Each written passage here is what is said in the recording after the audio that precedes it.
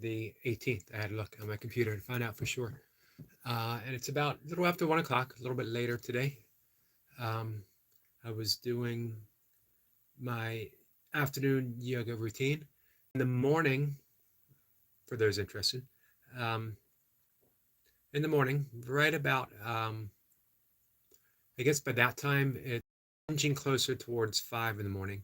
Um, I've been up since 4. I wake up, take care of my teeth, I use the bathroom, I meditate. I go back and forth. Sometimes I'll meditate before I take care of my teeth. Um, I like getting it out of the way. I do the oil pulling right now using coconut oil, which is a Ayurvedic technique of cleansing the mouth, cleansing the teeth. Uh, it shores up the biodome of the mouth, um, getting that good bacteria in there, getting rid of the bad bacteria, um, bolsters the immune system, tooth, sorry, health, and enamel, fights bad breath, pulls toxins from the body. It's a very bold technique. They do that, a tongue scrape, which is another very valuable anti-Ayurvedic technique. Um, my day is full of a whole lot of Ayurvedic techniques. Um, and then I sit and I do my meditation, usually for about 30 minutes or so. Um, and then I start preparing my morning coffee, my 1 cup a day. And as the water's boiling, instant coffee, I do my first yoga routine of the day. And it's sun salutation and then mostly seated and lying postures, a lot of inversions. Inversions are very good for the lymphatic system, for pulling uh, pulling blood down towards the heart, away from the head, uh, waking you up, and at the same time helping you relax and prepare to sleep later in the day. Um, and then I have my coffee and I sit down and write. Um, I have an afternoon yoga practice as well, and that is sun salutation and then mostly standing postures with some more inversions. So I just finished that up now. For a second there, I lost why am I telling you people so much about my morning routine, which I do frequently. But I could not for the life of me remember why I started to do it right now. Um, and then I remember it was about just finishing up my yoga routine. I'm going to talk to you guys for a little bit about whatever, who knows. Um, Usually I think about reading from my blog. The last couple of days, I haven't made it to my blog to read because I've had some good friends, the burpee community, pop in, and we start talking about training and nutrition, all kinds of valuable stuff, um, which is good. And it all ties together. Um, my burpee friend, I hate distinguishing burpee friend versus whatever, or virtual friend versus real life friend, just friends. Um, uh, Derek was looking at my video yesterday and he made some very pointed insights that agreeing that it's not mind and body. There's not separation between the two. It's mind, body. Needs to be a better word. One thing. Um, and how this is what we talk about. You know, when we talk about burpees, we're talking about spirituality. When we're talking about spirituality, we're not just exclusively talking about mind stuff or heart stuff or soul stuff. We're talking about life stuff. It's all life. It's all spirit. Nothing separate. Um, so that gives a wide range of things to talk about.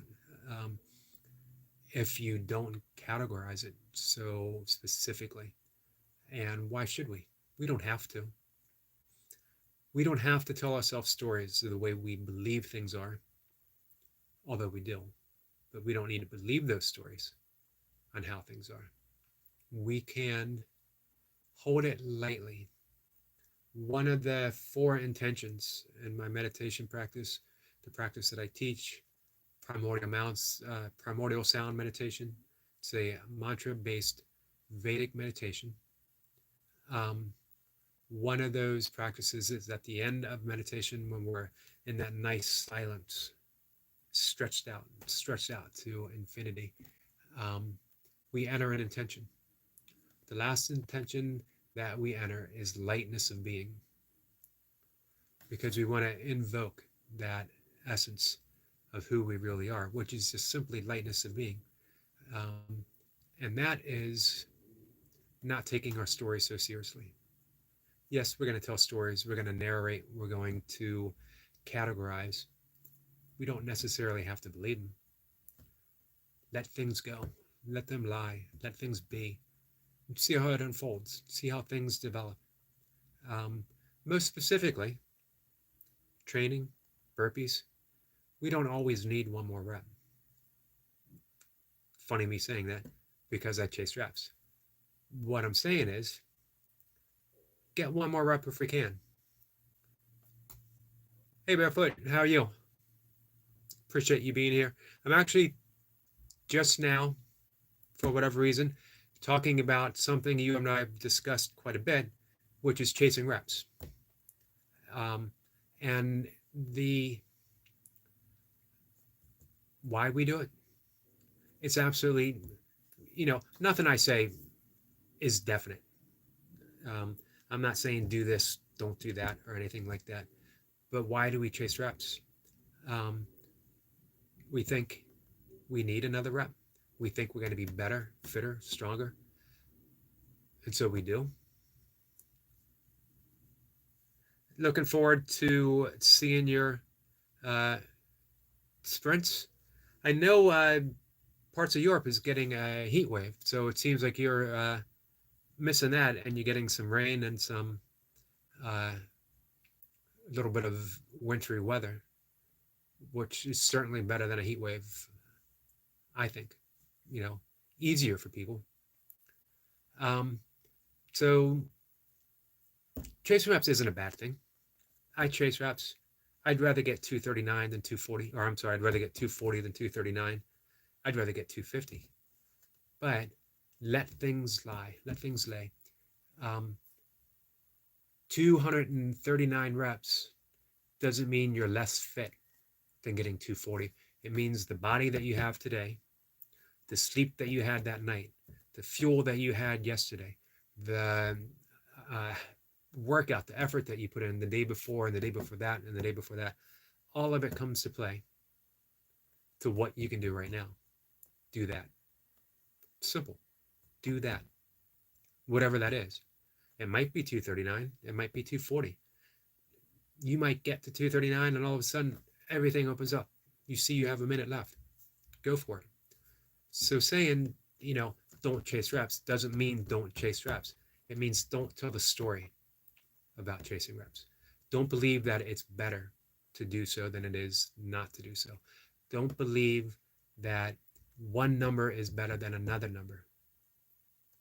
I'd rather do a clean 230 that felt just right than a sloppy 240 or a sloppy 250 that felt like, I don't know, I was cutting corners. I felt like I didn't have my breathing in sync, you know?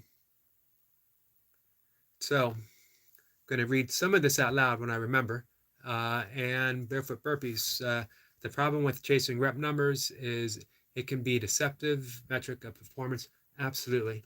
And that's something that you and I talked about. Again, quite a bit. It's something that we share in common. Richard, how are you? Good to see you. We're talking reps. I saw you with a mace ball the other day. So I agree. It's a false metric. It it doesn't tell you anything um, of where you're going. It is a metric, and it can be important, but it's not the. It doesn't tell the whole story, and that's the problem. I think is that we um, hit a number, and then we tell a story about it, and we think that it's something that it isn't. We think that 240 means I'm in better shape than I was yesterday. Um, And then, of course, that only leads to 241 because 240 isn't enough. Um, yeah, training with a mace is hardcore grip, shoulder mobility, um, especially core. Really good for ultra runners, quite a bit because that core endurance.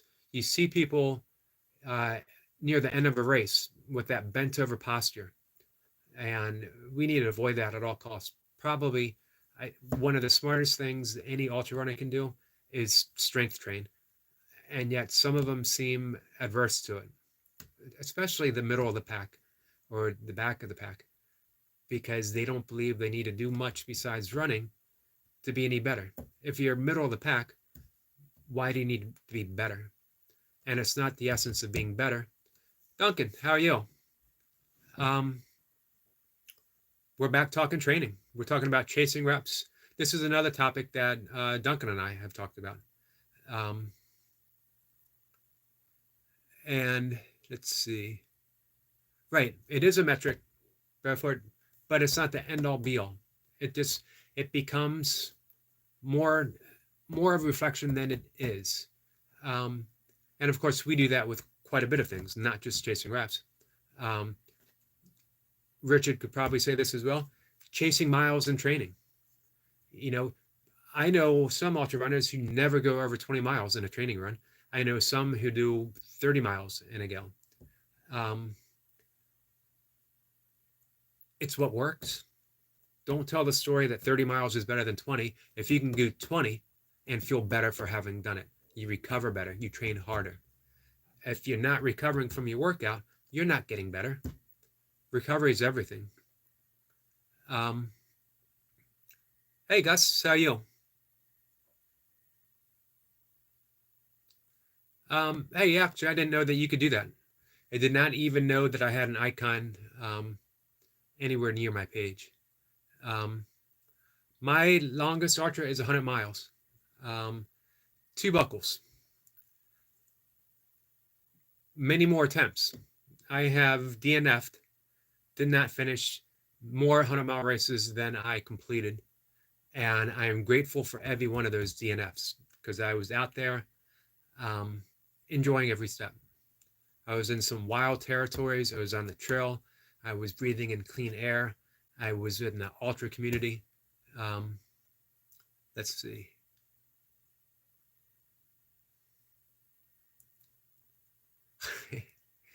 Thanks, Barefoot. It is fun talking training with you guys. Um, and we tie it all together into a bigger picture, which is hard not to, in my opinion, because it all comes together. There's no line drawn between what I could say is a spiritual practice and my burpee practice or my mental training and my physical training. It's all one thing expressed differently, sometimes expressed physically, sometimes expressed sitting down meditating, sometimes expressed through yoga. um, my last one was right before COVID, right before my father got sick as well, and it was in 2019. It was a 50K, and I race walked the whole thing, and I race walked it in 7 hours and 13 minutes. Um,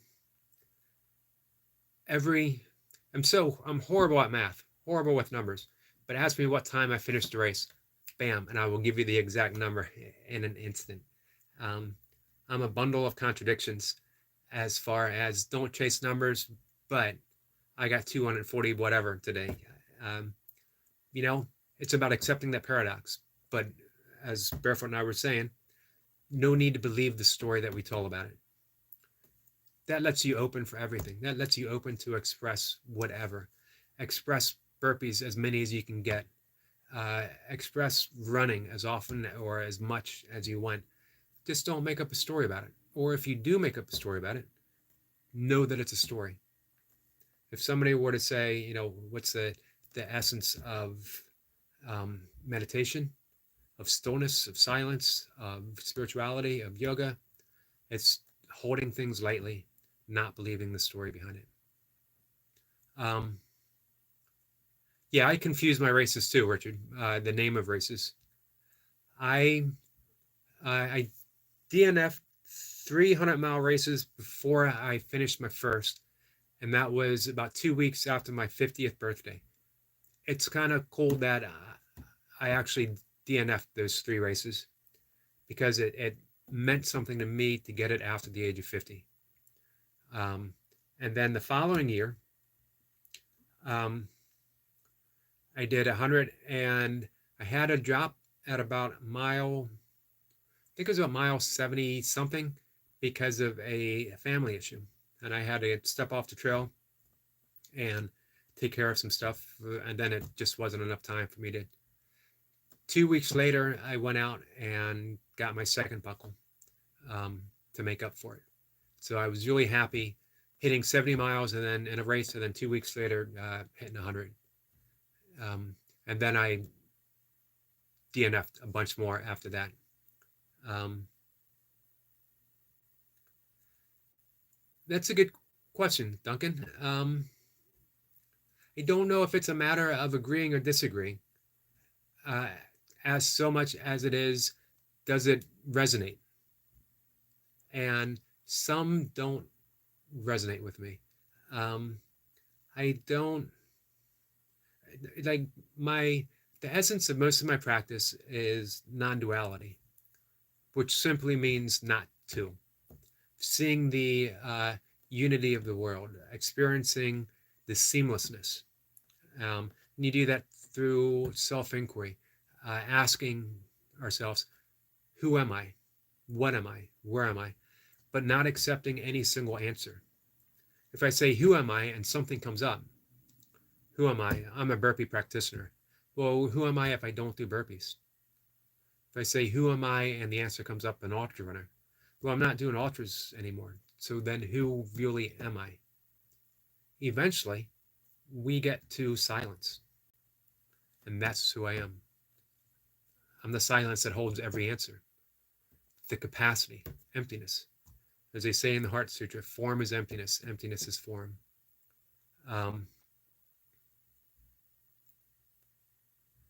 That's a good point, Brofoot, that semantics, yes.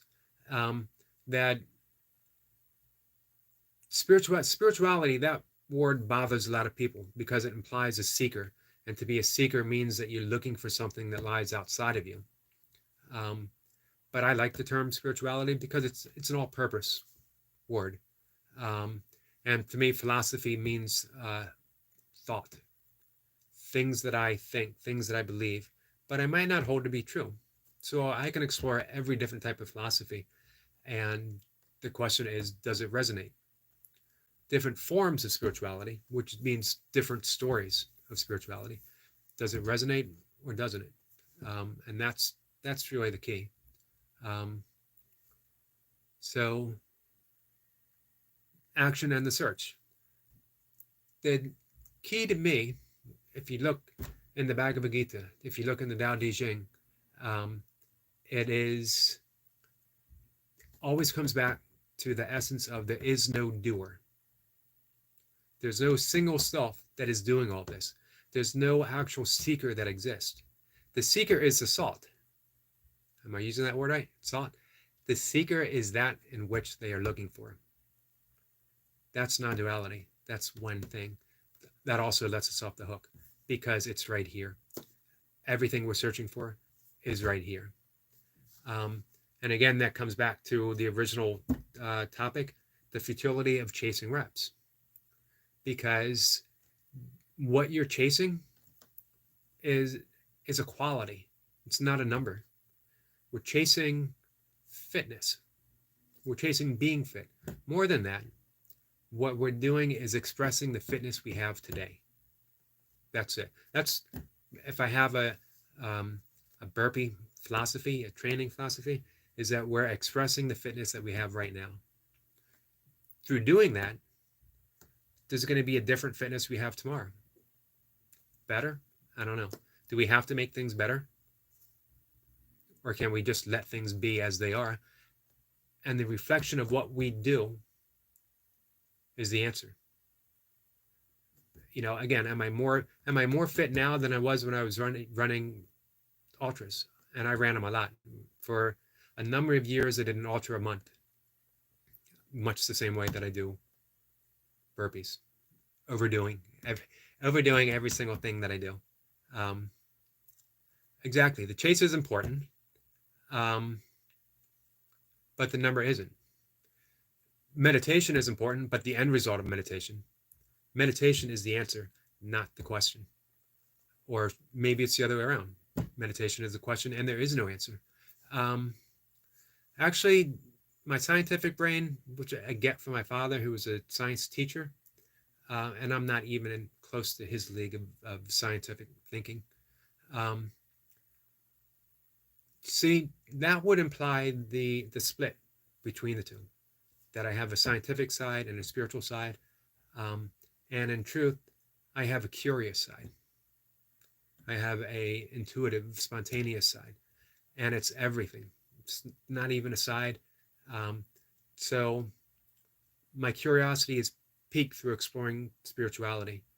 Through exploring spirituality, I notice a lot of similarities with quantum physics. So I read quantum physics, and I notice a lot of similarities with um, spirituality. So at a certain point, it's the same thing. Um, it's that refusal to draw a line and tell the story of science or tell the story of spirituality. What we're really telling the story of is the story of life. Um, and that's all inclusive. And for me, it's a much, much better way of expressing myself physically, verbally, in my writing, um, in everything, because I don't have to, I no longer have to make distinctions. Um, there's a wonderful, and I'll try to post it, um, spiritual texts where they talk about how the world splinters as soon as we start making distinctions. It doesn't say distinctions are wrong. Um, and that's sort of key to point out, that when we say avoid making distinctions, it doesn't mean we won't make distinctions. So you read that in a spiritual text that's 1,000 years old, and you think, well, I'm not going to make distinctions any longer, or I'm going to try not to make distinctions. What they basically mean is don't believe those distinctions are reality. That's the big picture right there. That's the essence of it. Don't believe that it's reality. Distinctions are made. I'm going to make the distinction between a brick being thrown at me and a snowball being thrown at me. Both might hurt. But one, I'm going to duck probably a little bit quicker than the other. Um, but ultimate reality is it's a vibrational quality of particles, 99.9% nothing. That's the physics of it. That's the quantum physics of it. The reality, or the appearance of reality, is that's going to hurt pretty bad when it hits me. So distinctions are made, but don't believe that there is someone there making those distinctions. That's, again, the essence of the Bhagavad Gita and the Tao Te Ching. There's no doer. There's just the done, just the expression, just the doing itself. And I think Barefoot is actually implying the same thing when he says the chase is important, the number isn't. The reason for that, ultimately, motion, the chase, is all there is. The number, there's a book, a teacher of mine, Bob Adamson, says, what's wrong with right now if you didn't think about it? That's a pretty profound statement. It changes everything. We all have a story leading up to right now. My bank account is low. My wife left me. My dog is sick. My car won't start. We can make a country song out of it. My grandma got run over by a train. But right now, what's wrong with right now? The J. Jordan, how are you? Thanks for being here. Gus, I don't want to. I want to make sure that I give that question um, the respect that it's due. Are dreams an alternative reality? The question, the answer is no, because it's just reality. There's nothing alternative about it.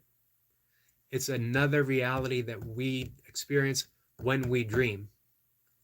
But that is to imply, if that's true, then this is a, this world is as illusory as the dream.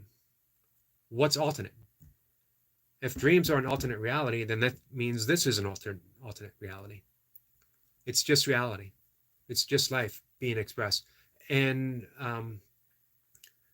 the Vedic philosophy, the meditation that I teach, they talk about the 4 stages of consciousness.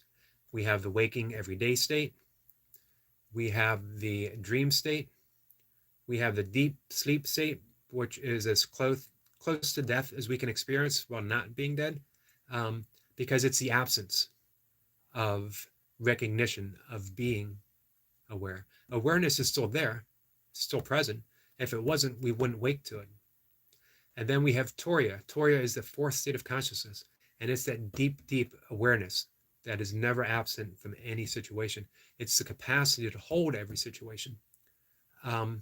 So that's split up into 4 stages of consciousness, and yet it's all just consciousness. It's all just reality. It's all just awareness, and we experiencing it in a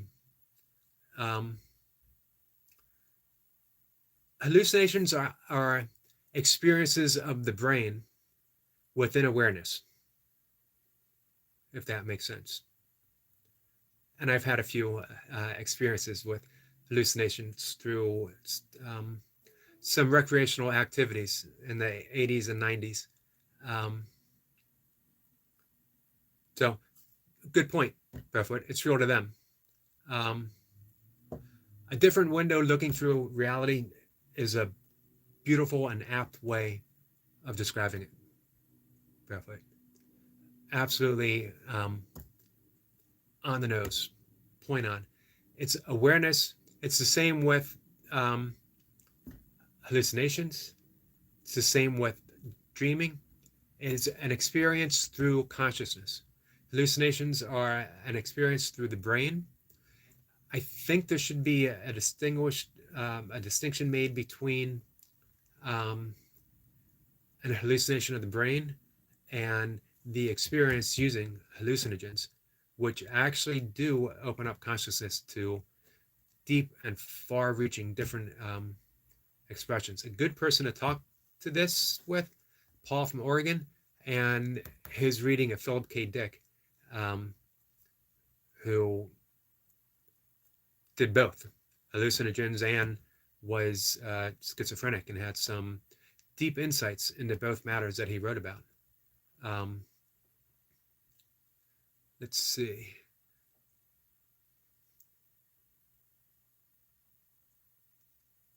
I've done some hallucinating late at night on ultras, and snakes are one of the things that I've seen as well. I did a race, 24-hour race in a swamp, and alligators were everywhere, and yet there was not a single alligator present. And hey, I'm seeing all my friends here. Really appreciate it when you guys show up. One of the funny things is I'd probably be having this exact conversation all by myself, but it's more fun when I get to share it with people and when I get great insights from all of you guys coming up. So again, this really is I don't even see my perspective, insights, meditating, insights from self-inquiry. But as soon as I verbalize it, it becomes a story. So I can say it's all life, it's all reality, but that's a story too. Reality is this. And as soon as I add anything to it, then it's a story of reality and not reality itself. Not absent from reality, but not a true description. In A Course in Miracles, they say, words are but symbols twice removed. And of course, famously, The Tao Te Ching starts with the Tao that can be told is not the true Tao. Um, and the Hebrews will leave the G. They don't pronounce God, because as soon as you pronounce God, you've lost the essence of God. God is this, as Herman Melville says in Moby Dick, God's only true voice is silence. Silence is the voice of God. However, if we see God as capacity, then that means that God is capacity for words to be. Pointers. The Zen story of the Zen master pointing at the moon and the Zen student looking at the finger and saying, the moon is a finger. The moon looks like a finger. They missed the moon because of the pointer. So you use words as a pointer, such as the Tao that can be told is not the true Tao, or that dreams are an alternative reality, or they're not an alternative reality. And we get lost in that description and we miss the essence. When you're dreaming, there's nothing alternative about it. You're dreaming. It's this. It's life. Life in a dream, but we don't know it's a dream. Who's to say what this is right now? There's a Tibetan dream practice. Look in the mirror and ask yourself right now, am I dreaming? And how do you know? If you were dreaming, would you know? That puts everything into that larger perspective of just this, life being as it is. In Buddhist terms, they call it suchness, because there's no other way to describe it.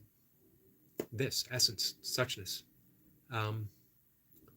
Let's see. I'm missing some comments here. All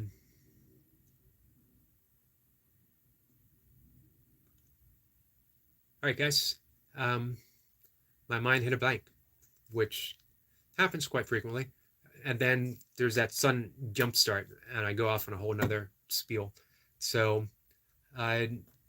looking at the comments, and we were talking about hallucination and races. I really go back to Barefoot's comment that it's just consciousness through a different window. Beautiful way of thinking about it. It's our demand for answers that make those stories believable. If we didn't demand, again, going back to what Bob Adamman said, what's wrong with right now if we didn't think about it? Going back to the chase and reps, what's wrong with 239 reps if you didn't think about it? What's wrong with 15 pull-ups if you didn't think about it? It only becomes wrong when you think, man, I should have got 16. I should have got 240. This was a bad day. I had a hard time pushing myself. Yesterday, I got 101 Navy SEALs. First time in a month or more that I've gotten less than 110. But if I didn't think about it, that effort felt much the same as doing 110. The effort, not the number. So what's wrong with 101 unless I think about it? If I go by how it felt, it was a hell of a workout. Probably even better because I had to work so hard.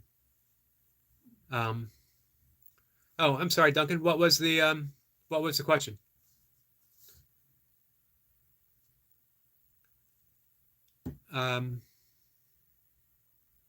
That's the problem with going off on a rant, which I am prone to do. Maybe rant's not the best word because there's no real point, no real anger.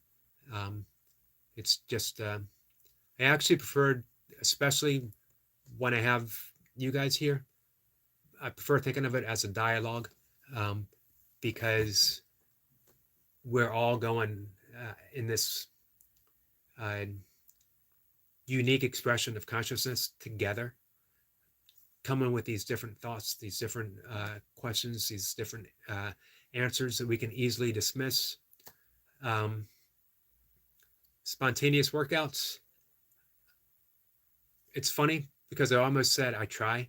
And of course, if I try to have a spontaneous workout, it's about as far as spontaneity as you can get. But in essence, when I cross that line into my training room, I do my best just to let go. Um, Allow the reps to be what the reps are. Allow the body to do what the body does. And Bikram yoga, the years that I did Bikram, every day before class, they would say, perform with the body you have today. Um, I left Bikram far behind, but I carry that statement with me every day. Perform with the body you have today. Um,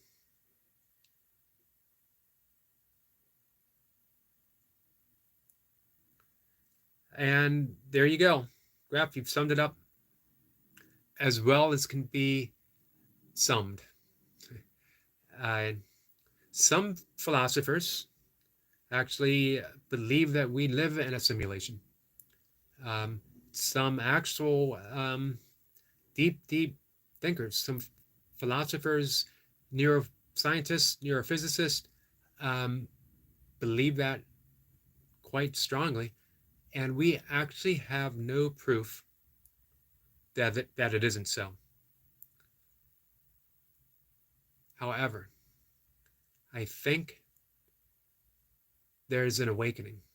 I think that we can have an awakening, or as my friend Robert Saltzman, who wrote the book The 10,000 Things, says, awakening never ends.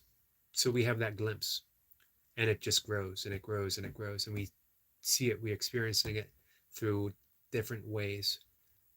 That is looking outside of the matrix. It's looking outside of that simulation. It is seeing life and reality as just a continuous expression of this, of itself. The answer to life is life. The question of life is life. There's no stepping outside of life, not even through death, because death is just some type of expression of life, something becoming something else. Pretty fascinating to me. I never get tired of thinking that we are breathing in molecules right now. We're breathing in particles right now, atoms right now, that existed on the lips of Thomas Jefferson. That was part of the heart of Leonardo da Vinci. That we are breathing in molecules this moment that Vincent van Gogh breathed in. No, I didn't read that, Duncan, but I will remember that. And when we're done talking, I'm going to bring it up on Amazon and see what comes up. So death isn't the end of life. Death is a different, it's the deconstruction of life to bring about something other than what is right now. It's motion. To me, that's fundamental. Motion. When I am doing burpees, I am in motion. I'm expressing life. I'm being. Being is such a beautiful way of seeing what and who we are. We're not a noun. A noun is static. We're a verb. Kabbalah, ancient Judaic mysticism, says God is a verb.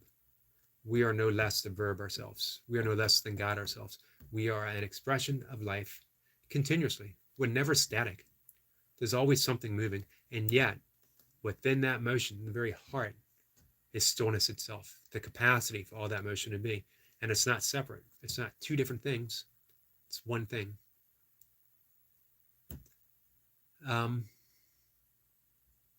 Yeah, I'm definitely going to look the books up. If both of you guys are interested in the books, the series, then it is definitely worth looking at. So, where were we, guys? What's next?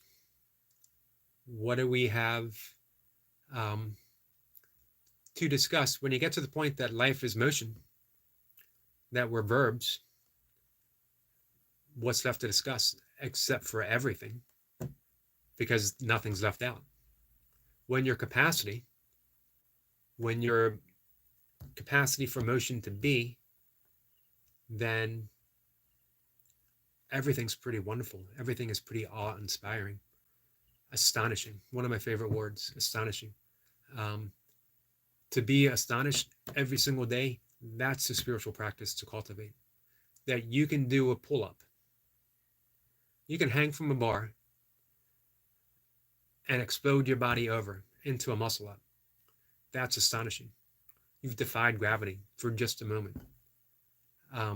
If there was just a little less gravity, you'd have kept going. Who knows how high? Just a little less gravity.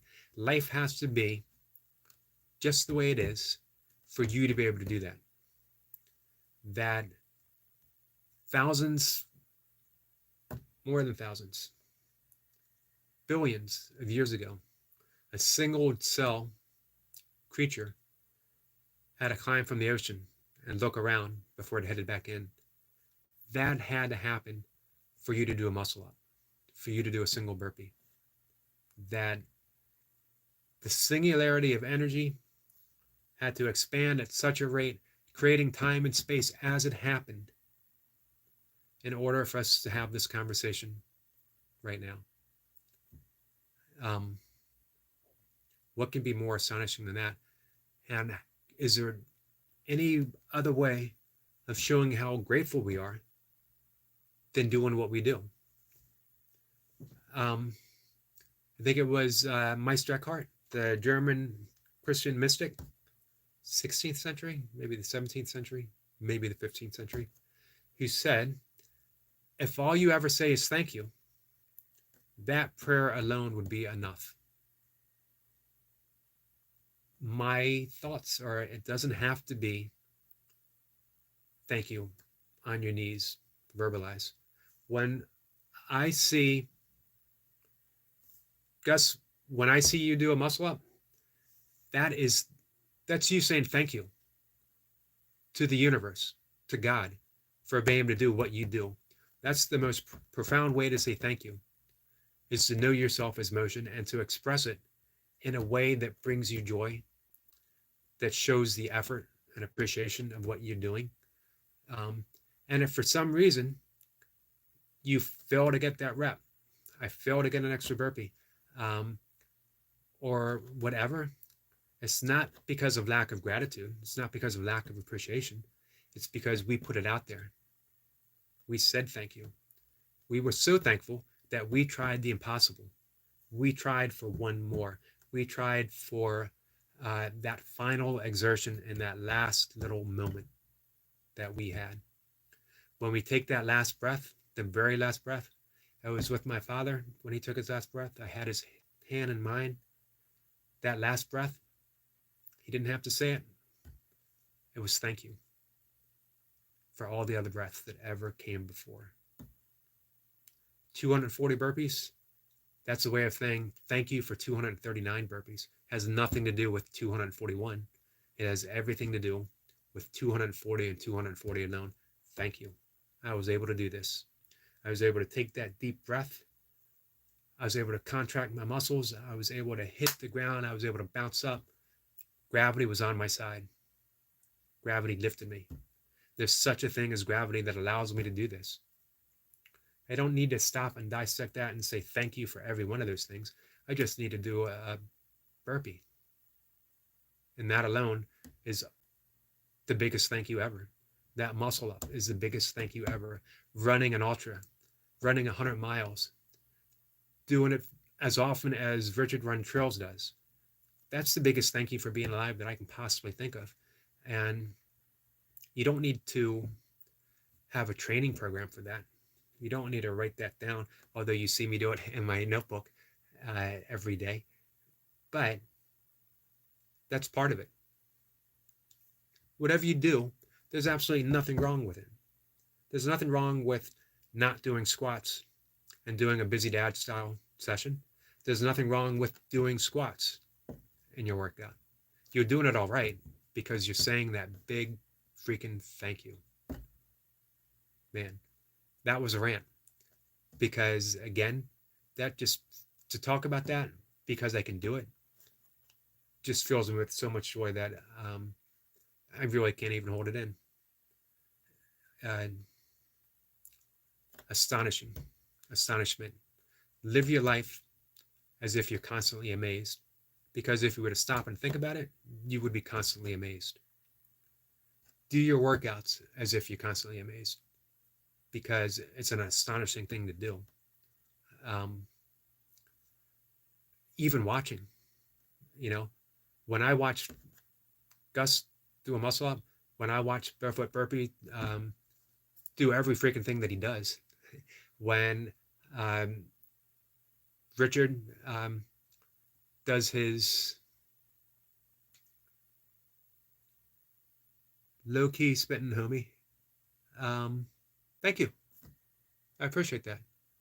Um, when I watch all you guys, what I'm seeing again is that thankfulness, the gratitude of being able to do what you do, the joy of being able to do it.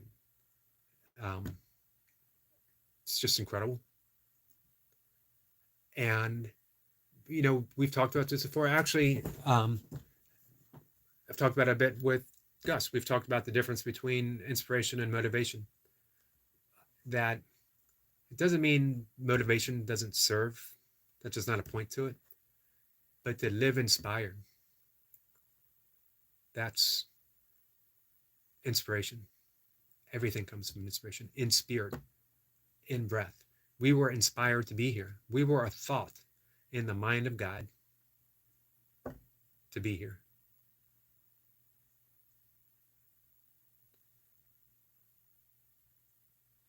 Thanks. I really appreciate you being here. Again, I got to say how much it means to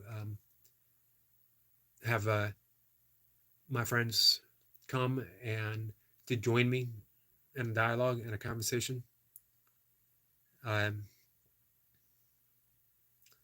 Richard, that I really think using that mace is going to make a huge difference. I mentioned earlier seeing ultra runners mid race or end of a race literally hunched over. Anything you can do to keep those abs, to keep you upright, is just going to serve big in any race coming up. I did not get a chance to. I Googled him up, and I know the name and recognize the name. It wouldn't surprise me if my dad has some of his books lying around. I'm going to have to look. But I did look at the titles, and I am thinking of ordering some.